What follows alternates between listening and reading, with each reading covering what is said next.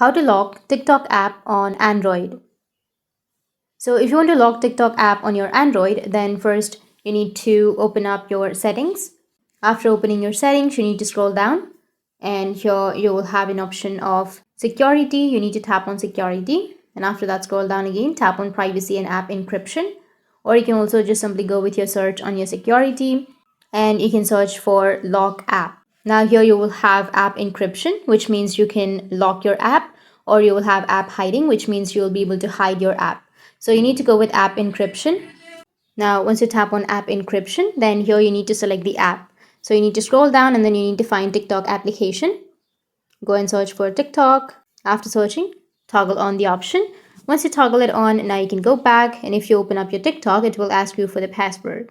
That's how you can lock your TikTok app on your Android, and if you have any questions, feel free to comment below. Thanks for watching.